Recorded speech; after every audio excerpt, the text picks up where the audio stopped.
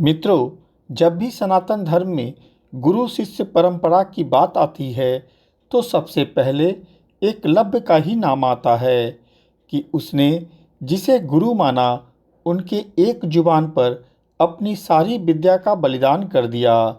उसके पीछे उसका सिर्फ यही अपराध था कि वह न क्षत्रिय था न राज परिवार से आता था।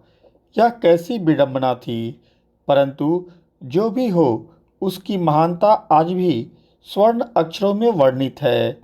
आइए इस वीडियो में एकलव्य की कहानी को जानें। वीडियो पूरा सुने और जानकारी पसंद आए तो मेरे चैनल को लाइक, सब्सक्राइब और शेयर अवश्य करें। मित्रों, एकलव्य और द्रोणाचार्य की कहानी द्वापर काल में घटित गुरु शिष्य परंपरा का अनमोल उदाहरण है। एकलव्य एक गरीब शिकारी का पुत्र था जो थोड़ा बहुत धनुर्विद्या जानता था। वह जंगलों में तेंदुओं द्वारा शिकार किए जा रहे गायों और हिरणों को बचाने के लिए अच्छा तीरंदाज बनना चाहता था। उसे पता था कि जब तक वह कुशल तीरंदाज नहीं बनेगा तब तक वह गायों और हिरणों को तेंदुओं से नहीं बचा पाएगा और अच्छे तीरंदाज बनने के लिए एक कुशल गुरु की आवश्यकता भी थी। अतः वह गुरु की तलाश में इधर उधर काफ़ी भटका।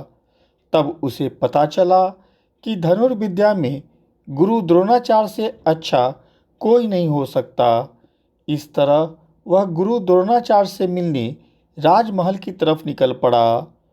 वह गुरु द्रोणाचार्य से मिलकर अनुरोध किया कि हमें एक कुशल तीरंदाज बनना है, इसीलिए मैं आपसे विनती करता हूँ कि कृपया आप मुझे अपना शिष्य बना लें।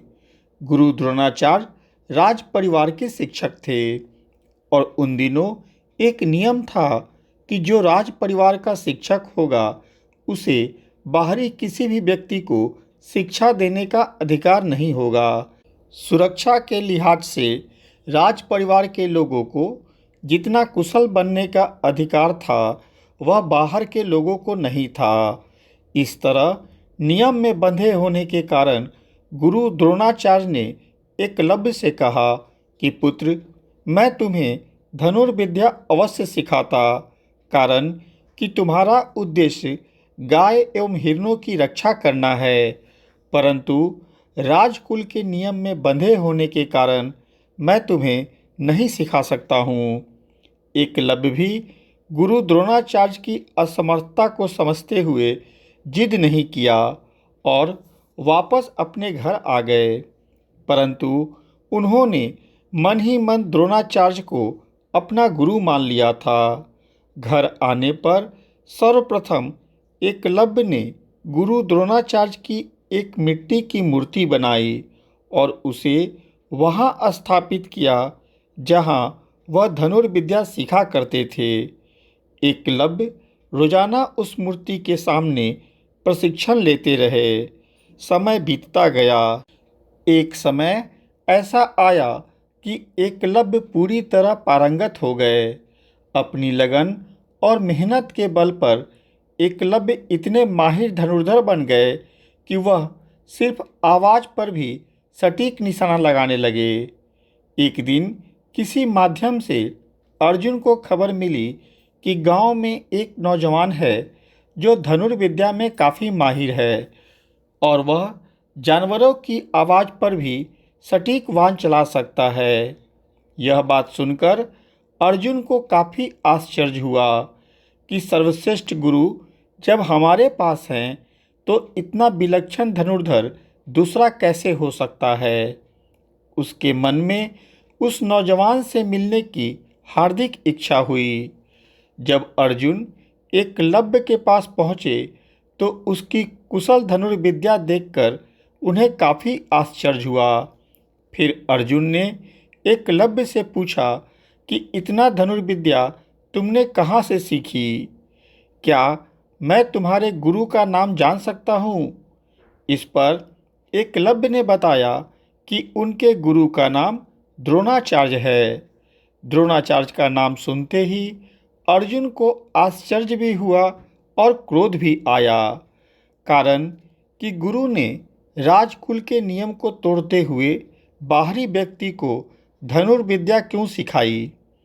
इस क्रोध में वह सीधे गुरु द्रोणाचार्य के पास आ गए, परंतु वहाँ गुरु के सामने नम्रता से बोले कि गुरुवर, आपने एक गलत कार्य किया है। आपने राजकुल के नियम को तोड़ते हुए हमसे भी ज़्यादा विलक्षण एक शिष्य तैयार किया है, जो पूरी तरह कहीं से सही नहीं है।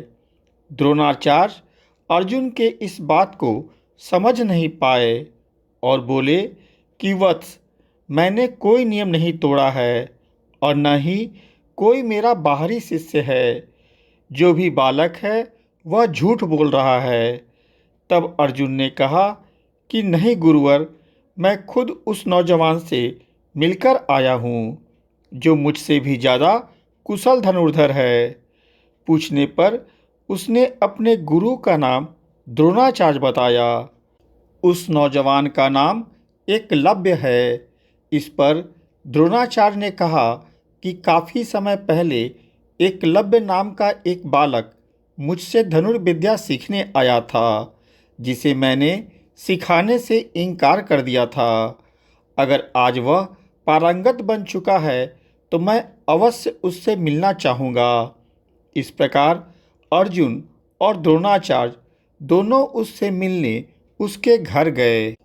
अपने घर अचानक गुरु द्रोणाचार्य और अर्जुन को देखकर एकलव्य को काफ़ी प्रसन्नता हुई और उसने काफ़ी अतिथि सत्कार किया। फिर द्रोणाचार्य ने एकलव्य से कहा कि पुत्र, जब मैंने तुमको धनुर्विद्या नहीं सिखाई तो फिर तुमने अर्जुन को ऐसी बातें क्यों कही। इस पर एकलव्य सबको वहाँ ले गए जहाँ वह धनुर्विद्या का प्रयास करते थे। वहाँ सबने देखा कि गुरु द्रोणाचार्य की एक प्रतिमा बनी हुई थी। उस प्रतिमा को दिखाकर एकलव्य ने कहा कि गुरुवर, जब आपने शिक्षा देने से मना कर दिया था तो मैं आपको मानसिक गुरु मानकर आपके प्रतिमा के सामने रोज प्रशिक्षण लेता था। इसी का परिणाम है कि आज मैं एक कुशल धनुर्धर बना। यह देखकर द्रोणाचार्य को काफ़ी आश्चर्य हुआ कि कोई बालक मेरी प्रतिमा से इतना कुछ कैसे सीख सकता है। दूसरी ओर द्रोणाचार्य के मन में छल भी आया कि मैं सर्वश्रेष्ठ गुरु हूँ, तो हमारे प्रशिक्षण के बिना कोई हमारे शिष्य से आगे कैसे निकल सकता है। मन में यह बात लिए द्रोणाचार्य ने एकलव्य से कहा कि पुत्र, हमारे यहाँ एक परंपरा है कि जिस गुरु से प्रशिक्षण या शिक्षा लिया जाता है उसके बदले में उसे गुरु दक्षिणा भी दी जाती है। इस बात पर एकलव्य ने बिना देर किए बोला कि गुरुवर, आप जो कहें, अगर मैं सक्षम होऊंगा तो जरूर दूंगा।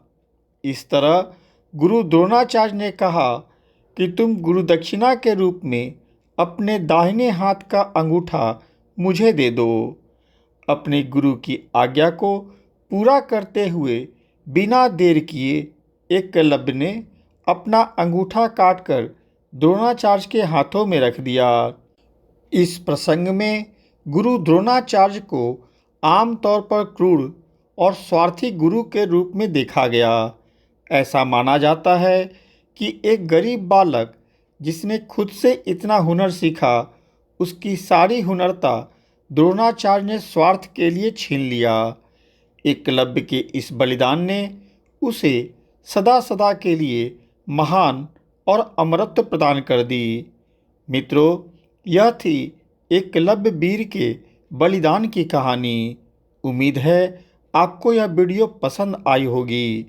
ऐसे ही सनातन धर्म से जुड़ी बातों को जानने के लिए मेरे चैनल को लाइक, सब्सक्राइब और शेयर अवश्य कर दे।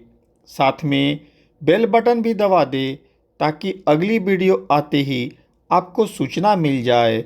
धन्यवाद।